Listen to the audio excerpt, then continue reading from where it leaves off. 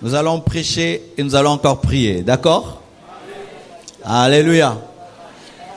Et après avoir prié, nous allons faire des cantiques d'invocation.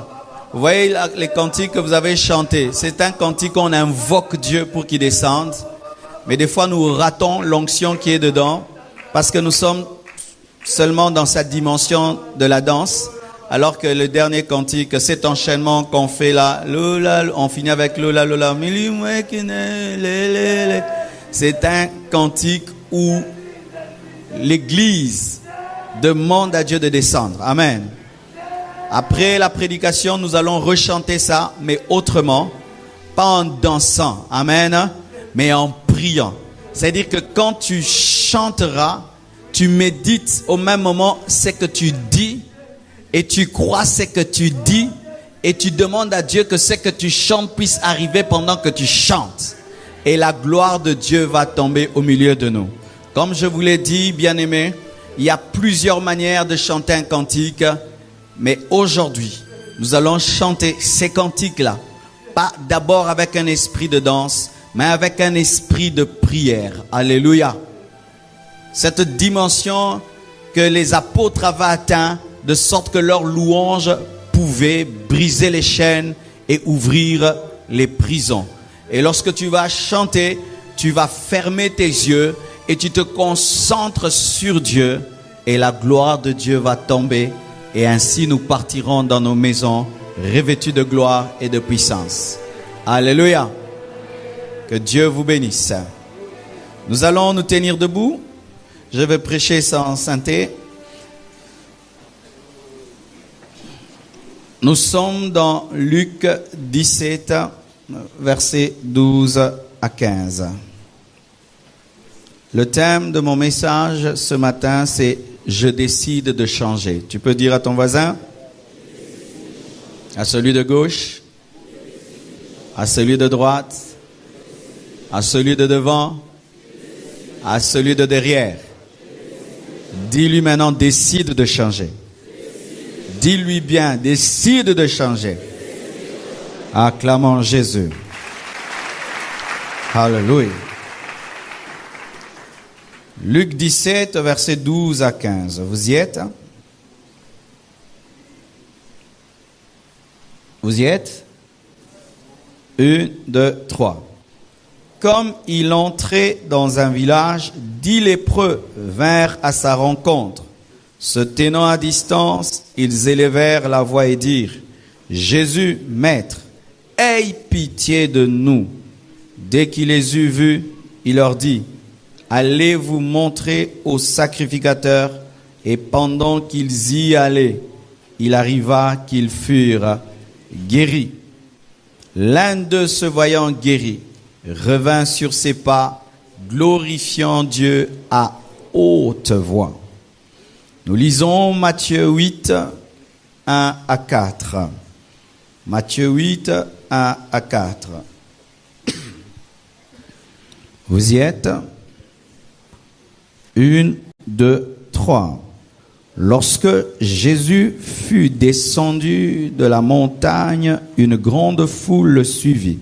Et voici un lépreux s'étant approché, se prosterna devant lui et dit « Seigneur, si tu le veux, tu peux me rendre pur. » Jésus étendit la main, le toucha et dit « Je le veux, sois pur. » Aussitôt, il fut purifié de sa lèpre. Puis Jésus lui dit « Garde-toi d'en parler à personne, mais va te montrer au sacrificateur et présente l'offrande que Moïse a prescrite, afin que cela leur serve de témoignage. » Matthieu 7, verset 6e.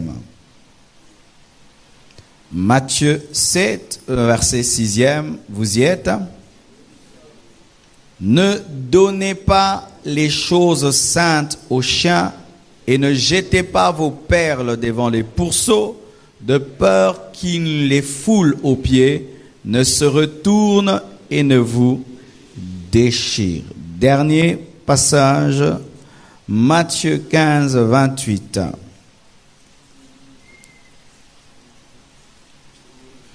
Matthieu 15, 28.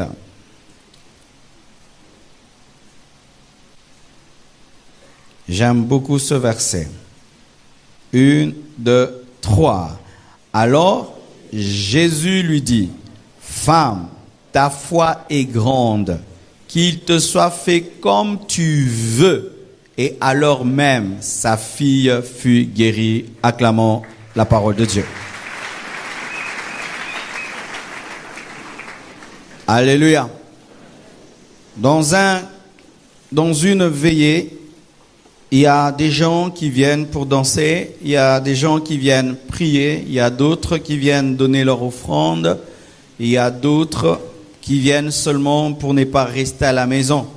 Et il y a d'autres qui viennent pour capter la sagesse de Dieu pour l'année 2016. Amen.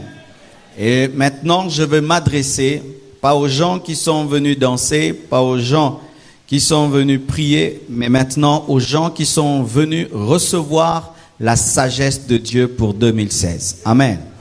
Ce message que je veux t'apporter est un message très important. Je te demande de ne pas dormir. Souvent dans les veillées, les prédicateurs ont tendance à beaucoup bouger les fidèles pour qu'ils ne dorment pas. Mais aidez-moi à prêcher sans avoir le stress de votre sommeil. D'accord? En étant concentré. Alléluia. Car si tu as dansé, si tu as chanté, mais tu rates la parole, tu as raté la veillée. Amen.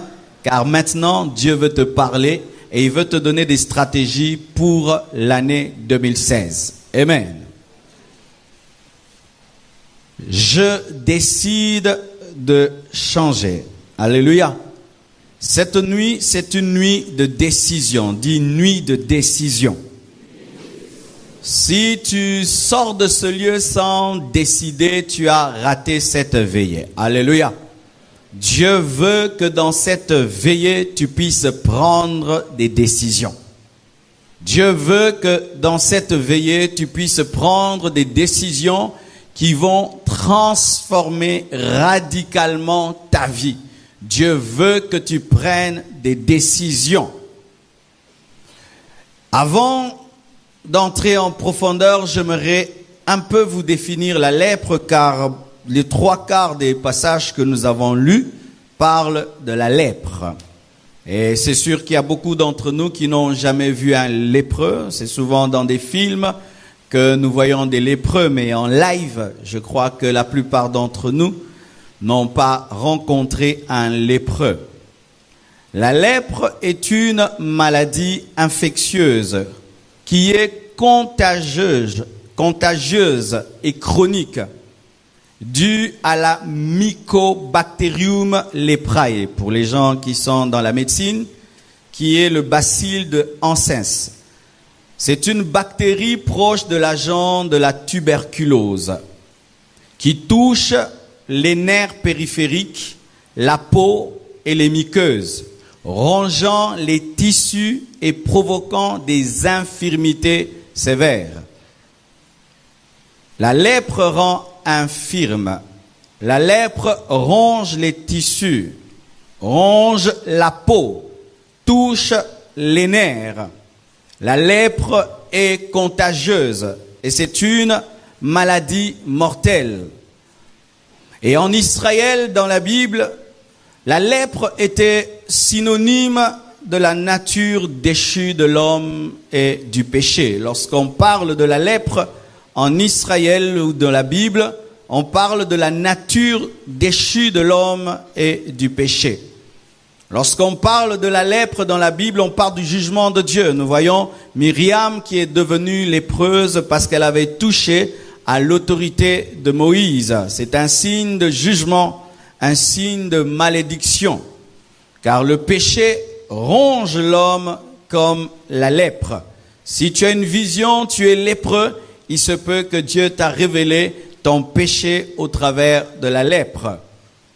La lèpre tue l'homme comme le péché tue l'homme.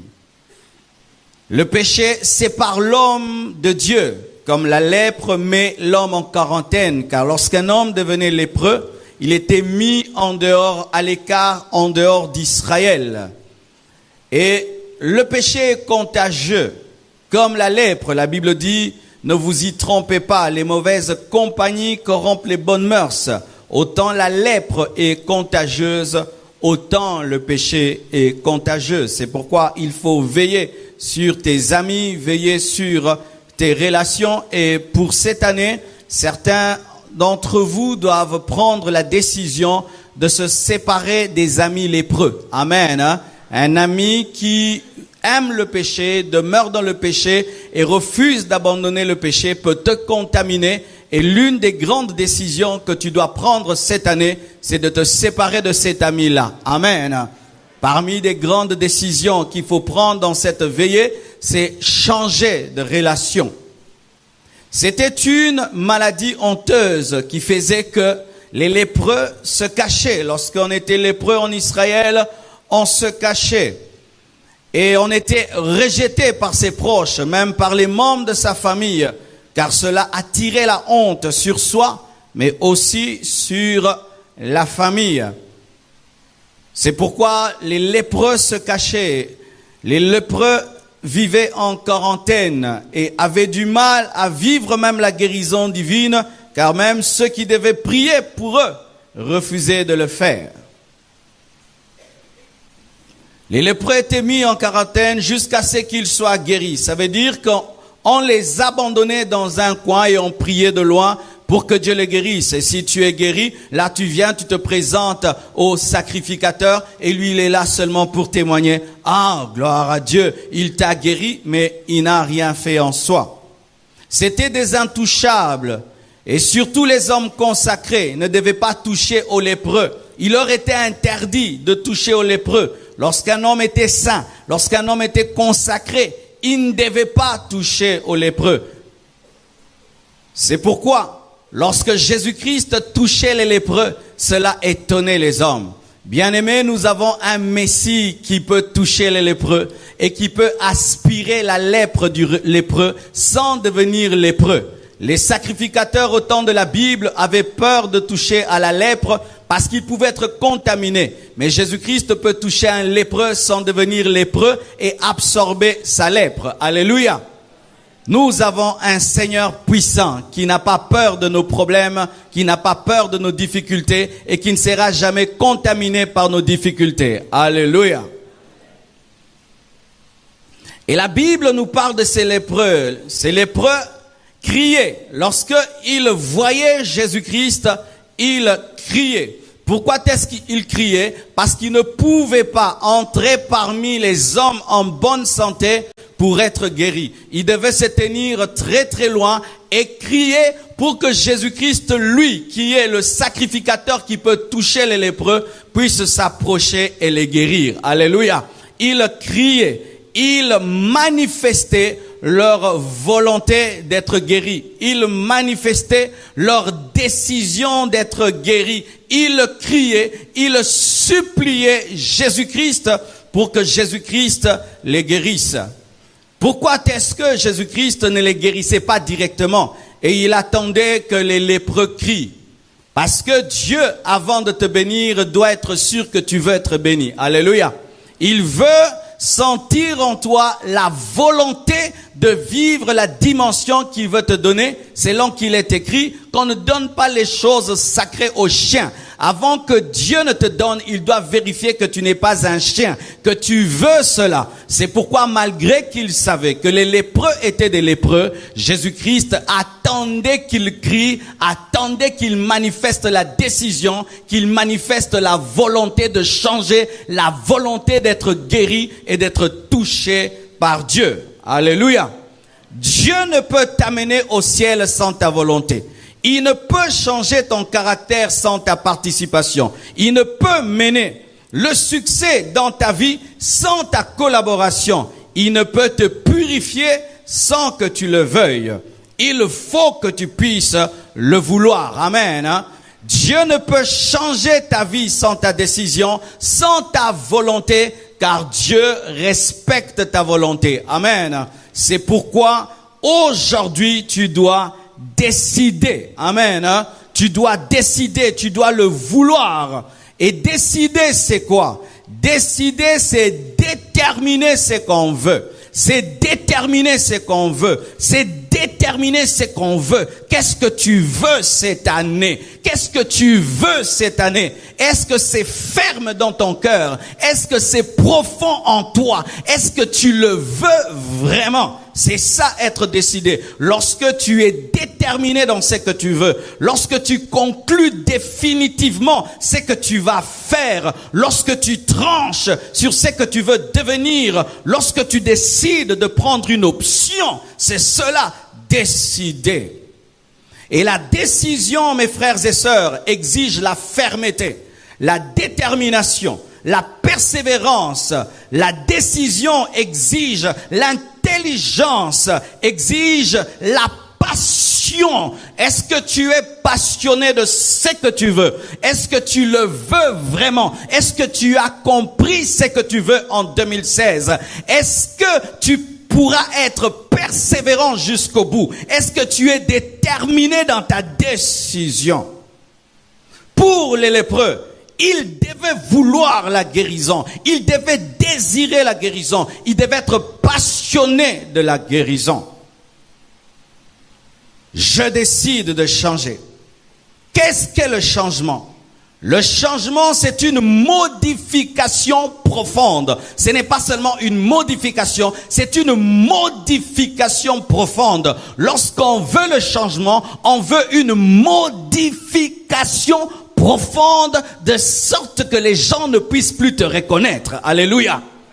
C'est ça le changement. C'est un passage d'un état à un autre. C'est ça le changement. C'est passer d'un état à un autre. Celui qui veut changer doit désirer passer d'un état à un autre et doit accepter une modification profonde.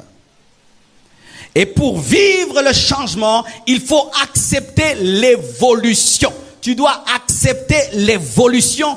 Tu dois accepter la métamorphose que la parole et l'esprit vont créer dans ta vie en 2016. Tu dois accepter la mutation spirituelle que Dieu va provoquer dans ta vie. Tu dois accepter la révolution spirituelle que l'Esprit de Dieu va apporter cette année dans ta vie. Tu dois accepter la transformation que l'Esprit va t'apporter cette année. Alléluia. Pour les lépreux, c'était de passer de l'impureté à la pureté. C'était de passer de la maladie à la guérison. C'était ça leur transformation. C'était de recevoir une peau de bébé, eux qui avaient une peau détruite. C'était de recevoir le miracle. C'était de recevoir le miracle. J'aimerais entrer en profondeur. Certainement que plusieurs ce matin se disent, moi je ne suis pas lépreux. Mais j'aimerais vous dire que chacun de nous est lépreux d'une manière ou d'une autre. Chacun de nous ici a trimballé une lèpre en 2015 et se retrouve en 2016 avec cette lèpre. Cette lèpre, il se peut que c'est un péché qui t'a vaincu toute l'année 2015. Toute l'année 2015, tu as été vaincu de janvier en décembre par un péché. C'est une lèpre. Et tu es là dans cette veillée 2016. Mais tu sais que de janvier en décembre, je n'ai fait que demander pardon et pardon et pardon et pardon pour le même péché. Tu es un lépreux dans ce culte. Pour d'autres, c'est l'incrédulité. Toute l'année, tu n'as pas cru en Dieu. Tu as eu un problème de foi. Par rapport à ton problème, à ta situation, tu es conscient que tu n'as pas vraiment cru en 2015.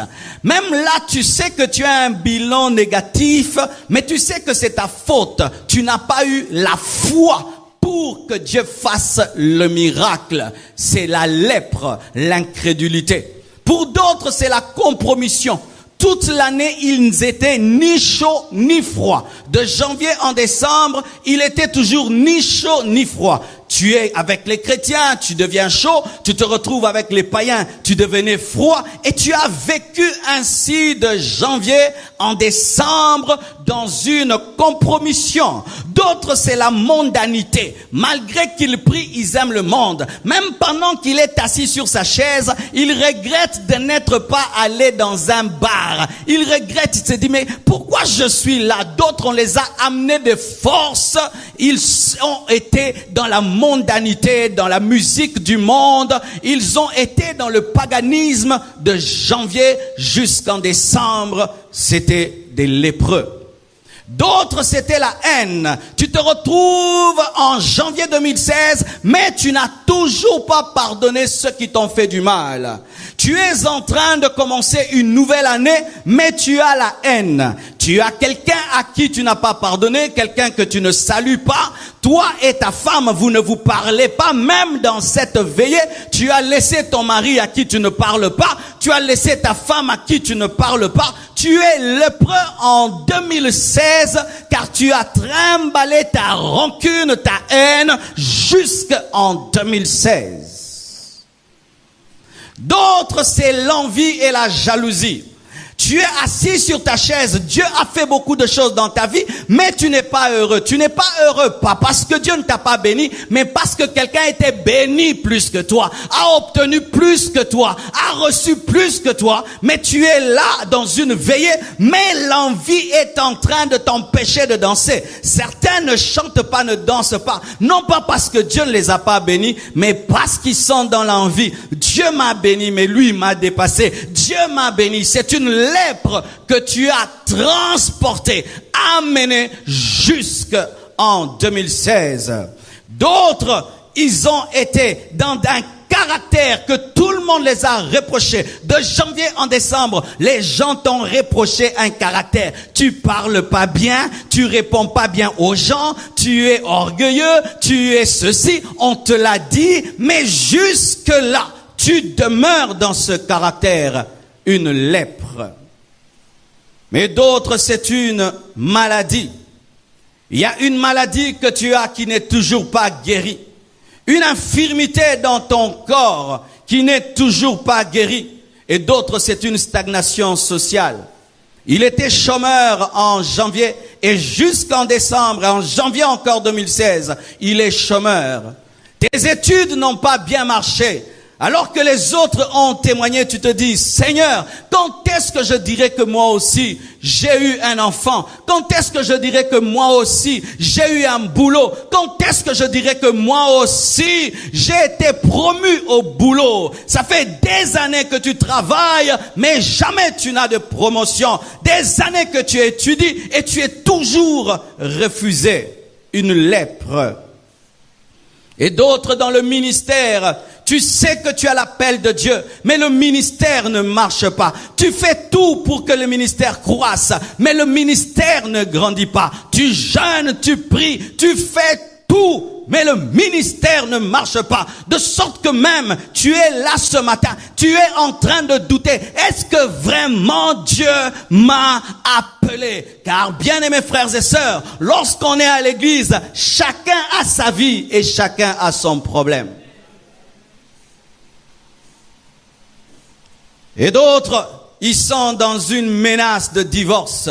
Vous êtes venus, mais votre foyer est en train d'être brisé. Votre foyer est en train de tomber en miettes. Pendant toute l'année, tu t'es battu pour trouver la paix avec ta femme, avec ton mari. Mais vous êtes chamaillés de janvier en décembre. Et même aujourd'hui pour venir à la veillée, vous vous êtes encore chamaillés. Et tu es venu avec ta lèpre. Et d'autres, ils ont perdu des bonnes relations. Tu avais des bonnes relations. Au lieu que tu puisses gagner des nouvelles relations dans ta vie, tu ne fais que perdre les personnes qui te bénissent. Les personnes qui te bénissent quittent ta vie et ce sont les personnes qui t'amènent des problèmes, qui demeurent dans ta vie. Les personnes utiles dans ta vie te quittent et les personnes inutiles restent. Une lèpre. Alléluia. Et Jésus, ce matin, te pose la question, que veux-tu? Dis à ton voisin, que veux-tu? Il a rencontré une femme. Il a rencontré plutôt un aveugle. Il a vu qu'il était aveugle. Et Jésus a posé l'une des questions les plus bizarres de la Bible. Il pose la question à un aveugle, que veux-tu? Et l'aveugle répond, il dit, je veux voir. Alléluia. Je veux voir. Et Dieu, ce matin, te pose la question, que veux-tu? Alléluia. Que veux-tu? Lorsqu'il te dit, que veux-tu? Ce n'est pas qu'il ne connaît pas ton problème. Il aimerait sentir en toi la volonté et la décision de changer. Il aimerait que tu puisses lui manifester la foi, que tu crois que Dieu est capable d'enlever cette lèpre. Que veux-tu? Que veux-tu? Lorsqu'il te pose la question, que veux-tu? Ne lui dis pas toi-même, tu sais que je ne vois pas. Il sait que tu ne vois pas, mais tu dois payer le prix de lui présenter ton problème et de manifester la foi que tu crois qu'il est capable en un instant d'ouvrir tes yeux. Et je te dis qu'en un instant, Dieu va changer ta vie si tu le crois. Je dis en un instant. Bien-aimé, les gens sont ensorcelés en un instant. Et je te dis, tu seras béni en un instant. Les gens sont envoûtés en un instant. Où le sorcier dit, yo, Toromona, et puis les démons accomplissent. À combien plus forte raison les anges? En un instant, si tu crois, et tu lui présentes ton problème tel qu'il est, il va faire le miracle. Et il te pose la question, que veux-tu? Je veux que mon caractère change, et ton caractère va changer. Que veux-tu? Je veux voir, et tu vas voir. Il te pose la question, que veux-tu? Pourquoi? Il ne veut pas perdre son onction sur une personne qui ne veut rien. Est-ce qu'il y a des gens qui veulent quelque chose? Est-ce qu'il y a des gens qui ont faim de voir Dieu cette année? Alléluia. Est-ce qu'il y a des gens qui sont décidés de palper les promesses de Dieu cette année? Est-ce qu'il y a des gens qui ont la rage de vaincre cette année? Est-ce qu'il y a des hommes qui ont une grande vision cette année?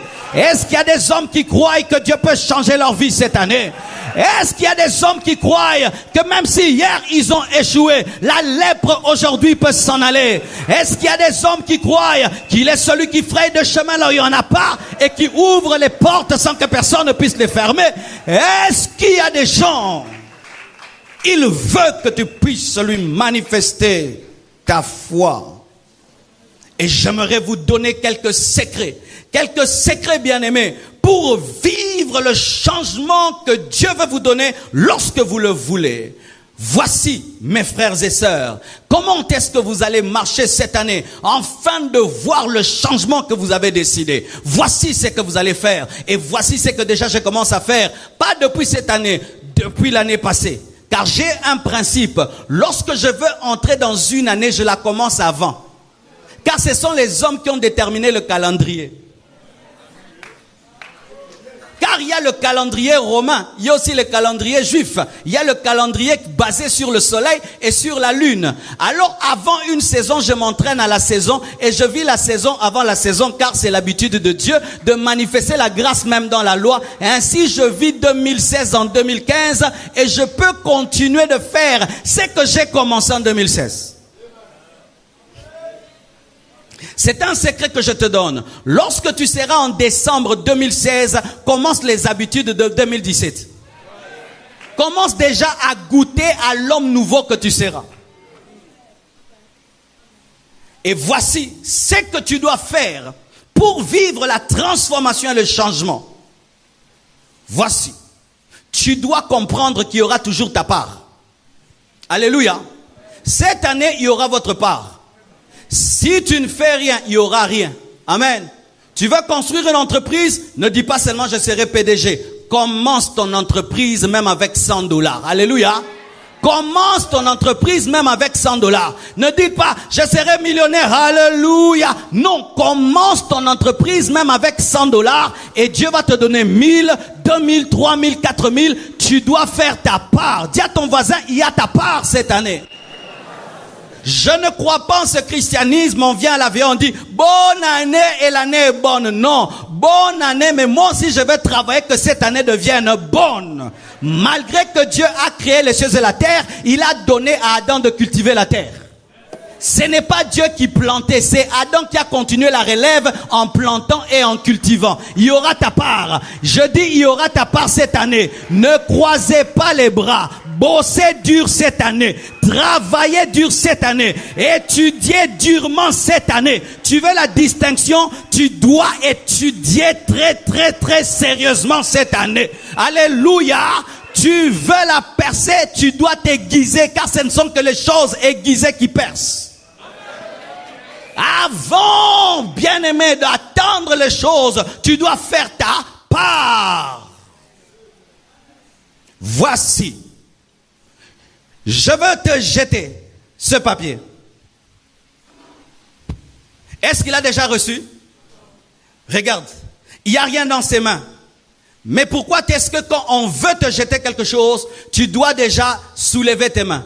Pourquoi? Tu dois déjà avoir l'attitude de celui qui reçoit avant de recevoir pour que lorsque ça vient, que ça ne puisse pas tomber.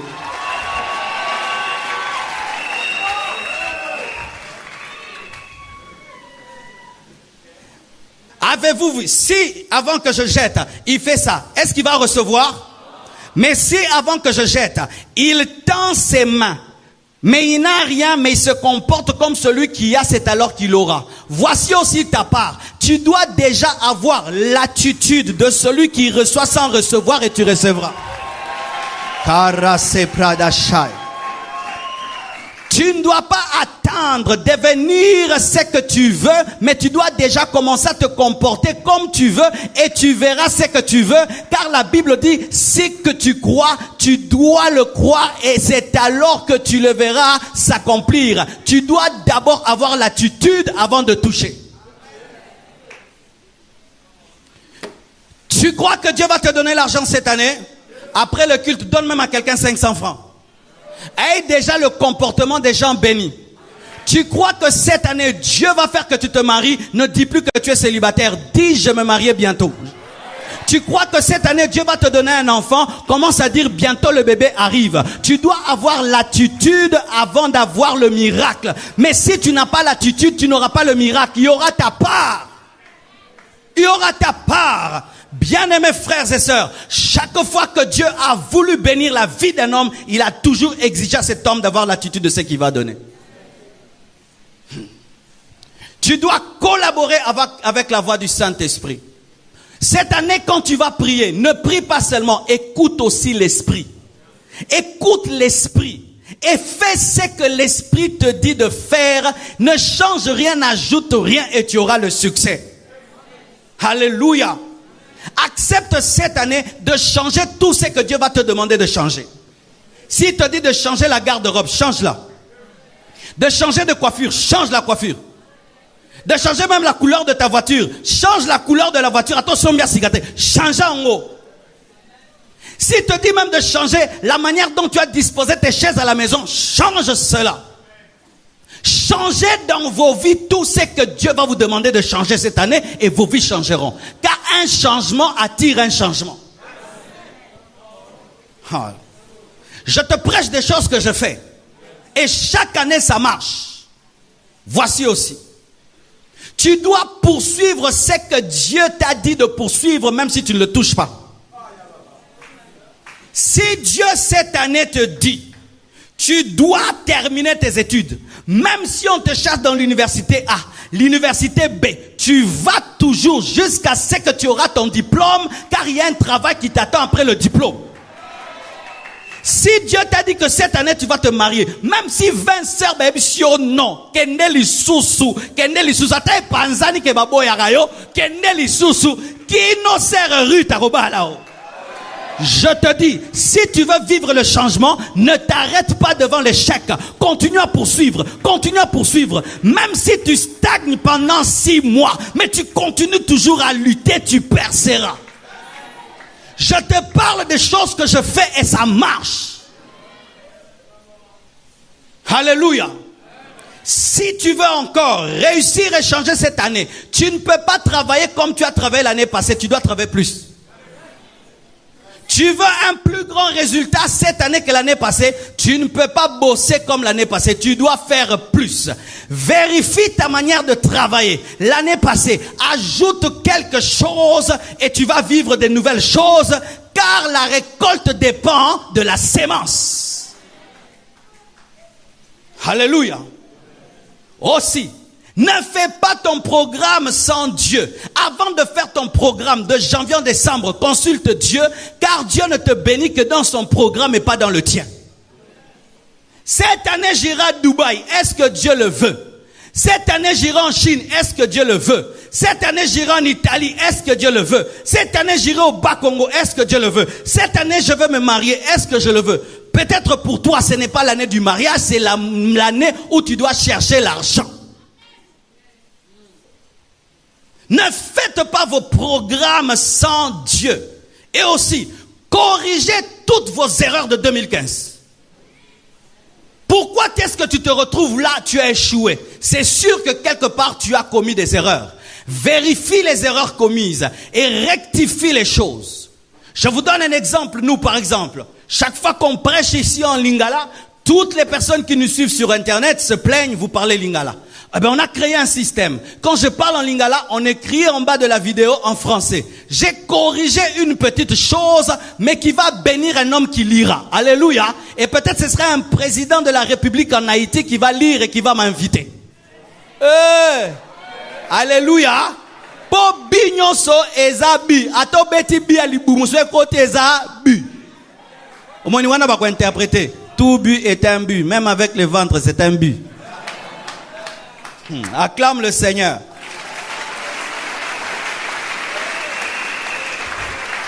Aussi, et je dois vous dire la vérité, tu dois prendre autorité sur les puissants des ténèbres qui t'ont résisté en 2015. Certains d'entre vous, vous avez échoué parce que vous avez négligé le monde spirituel.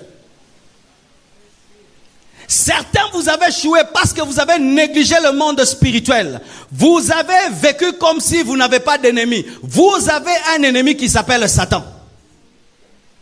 Comment se fait-il que le jour où on doit t'engager, tu tombais toujours malade? Comment se fait-il que lorsque chaque fois tu as une occasion en or, c'est lorsque tu tombes malade? Comment se fait-il que toi, chaque fois que ta vie va avancer, c'est lorsque tu tombes malade? Penses-tu que cette maladie vient de Dieu? Elle ne vient pas de Dieu. Cette année, tu dois prendre autorité sur les puissances des ténèbres plus que l'année passée. Au Congo, le combat spirituel est donné à un ministère. Non, le combat spirituel n'est pas pour un ministère. C'est la part de tous les enfants de Dieu. Amen. Hein? Faites le combat spirituel même si vous n'êtes pas au ministère du combat. Faites le combat spirituel. Moi, j'ai fait le combat spirituel. Hein? Même si je ne suis jamais allé là-bas. Mais je crois que dans certains domaines dans la vie, ce ne sont pas les malédictions. Ce n'est pas le plan de Dieu, mais ce sont des démons qui maintiennent un cycle d'échecs. Si tu as senti dans ta vie une pesanteur spirituelle de janvier en décembre, mais tu priais normalement, tu n'as pas compris l'arme de Dieu dans ta vie. Ce n'était pas la supplication, mais c'était l'autorité. C'était l'autorité. Car il y a des choses qui changent dans la vie lorsqu'on prie, mais d'autres qui changent lorsqu'on chasse. Paul n'a pas prié pour chasser l'esprit de Python. Il a pris autorité. Et certains, vous êtes dérangés par des esprits, mais vous ne prenez pas autorité. Vous ne faites que pleurer devant Dieu. Oh Dieu, délivre ma vie. Non, c'est ta part de chasser. Il y a un temps dans ma vie, j'avais un sérieux problème de finances. Un sérieux problème de finances. Et puis Dieu m'a dit, tu vas te lever de 3 heures jusqu'à 6 heures. Tu vas prendre autorité sur les puissants de ténèbres qui combattent ton ministère et qui combattent tes finances. Je me suis tenu devant Dieu il y a 2 ans dans la prière. J'ai pris autorité sur ces puissants de ténèbres. Le matin, un homme qui devait me donner de l'argent, ça fait 2 ans, 3 ans. Il est venu me donner tous les dédommagements le matin. Mais il ne savait pas que j'avais prié toute la nuit. Et depuis ce jour, Dieu a commencé à me bénir plus qu'auparavant parce que je m'étais tenu devant Dieu, mais prenant autorité sur les puissances de l'ennemi. Il y a des gens, ils pensent te donner quelque chose. Lorsque seulement il veut te donner quelque chose, il tombe malade. Il pense à toi te faire du bien. Quand ce mec va te faire du bien, lui aussi il a des problèmes. Alléluia. Bien-aimés frères, je vous dis que cela marche. Ce ne sont pas des choses à appliquer seulement dans le culte, mais à appliquer pendant toute l'année. Aussi, tu dois sortir de toute distraction. Certains au milieu de vous, vous avez échoué en 2015, seulement parce que vous étiez distraits. Tu touches à ça, ça veut marcher, tu laisses. Tu touches à ça, ça veut marcher, tu abandonnes. Tu touches à ça, mais tu n'es pas vraiment dedans. Cette année, sois concentré. Alléluia. Cette année, sois concentré dans tout ce que tu fais.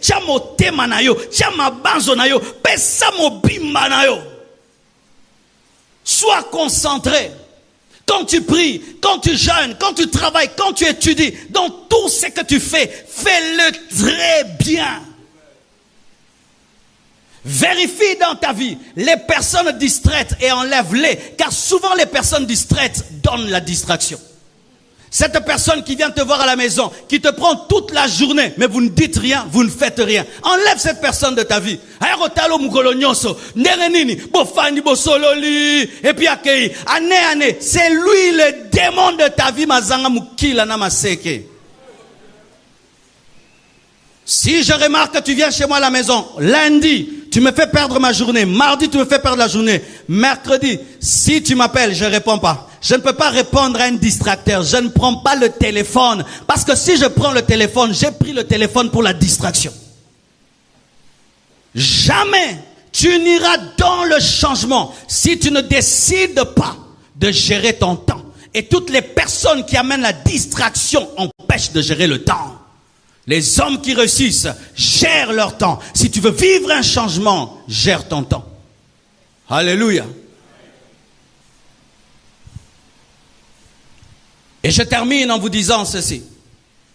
Maximise tout ce qui a marché cette année. Le lépreux était lépreux, mais il marchait. Même s'il marchait lentement, il a fait l'effort d'utiliser ses pieds lépreuses, mais qui pouvaient bouger. Il était lépreux, mais il voyait un peu, il pouvait voir que c'est Jésus.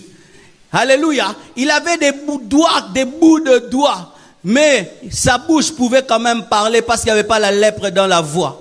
Et il pouvait crier, Jésus, fils de David, Jésus, fils de David. Utilise tout ce qui marche, même s'il y a la lèpre. Il y a des choses qui ont marché, utilise cela. Cela va te donner la peau. Cela va te donner la peau. Ne rejetez pas tout. Il y a eu des bonnes choses en 2015.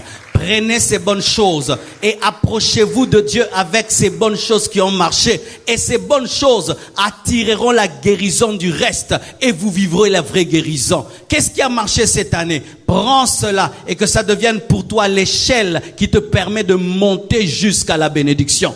Tout n'était pas détruit. Même le fait que tu es vivant, c'est quelque chose qui a marché. Au moins toi, tu t'es échappé. Alléluia. Tu n'es pas mort, tu es vivant. Utilise la vie que tu as afin d'avoir ce que tu n'as pas eu. Je te donne un secret dans ce domaine. Souvent, dans le ministère, nous voulons une foule, mais nous ne voyons pas le peu de personnes qui viennent. Alors que par les peu de personnes, tu auras la foule. Si tu me donnes 12 personnes, j'ai déjà une foule. Oui, Justin, si quelqu'un me donne 12 personnes, j'ai déjà la foule. Pourquoi? Derrière 12 personnes, il y a la foule. Ainsi, si j'affecte les 12 personnes, elles vont m'amener 30 personnes. J'affecte les 30 personnes, elles vont m'amener 100. J'affecte les 100, elles vont m'amener 200. J'affecte le 200. Derrière vous, il y a les 6000 membres. Alléluia. Parce que ce que tu entends, tu iras le partager et tu vas les amener. Ainsi, je vous prends très au sérieux parce que par vous, j'aurai les restes. Mais le problème souvent, c'est que nous voulons le reste sans prendre au sérieux ce que nous avons. L'homme voisin, osa déjà né locaux. Salela ango. Dieu t'a donné une voix, chante.